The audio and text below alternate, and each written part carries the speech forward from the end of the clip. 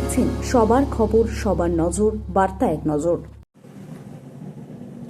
তীব্র গরমে ট্রাফিক পুলিশের পাশে কমিশনারেট, সামার কিট তুলে দিলেন পুলিশ কমিশনার।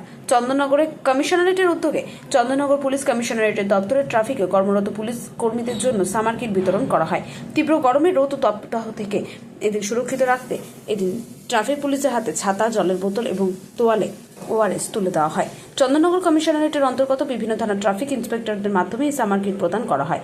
অনুষ্ঠানে উপস্থিত ছিলেন ডিসি ইন্দ্রজিৎ সরকার এবং এডিসপি দেবাশিস সরকার, ডিডি ইসরাত জাহানারা সহ অন্যান্য পুলিশ আধিকারিকেরা।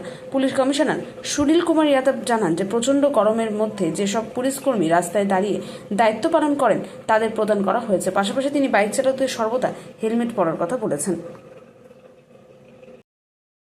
আজকে আমরা চেষ্টা করেছি যাতে আমাদের যারা ত্রিপুরা থেকে শুরু করে উত্তরপাড়া, দাবিপুরে ট্রাফিক আমাদের traffic constables, traffic officer, CSI, arm sub inspector, unarm sub inspector, যারা সবাই ট্রাফিকে ডিউটি করেন, বিভিন্ন বিট পয়েন্টে ডিউটি করেন, অনেক গরমে ডিউটি করছেন, তাদের জন্য আমরা ওয়াটার বটল, ওআরএস, ছাতা, মিনিমাম যা মানে যেটা আমাদের করণীয় থাকে সেটা আমরা আজকে ওদেরকে দিচ্ছি, যাতে ওরা সুষ্ঠুভাবে এই গরমের সময়ে ডিউটি করতে পারে, ভালো করে দাঁড়াতে পারে ডিউটিতে, আর মানুষের পরিষেবা দিতে পারে,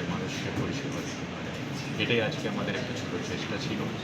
এটা আমরা ফার্স্ট লটে করেছি, এরপরে আমাদের আরও একবার আবার করতে হবে।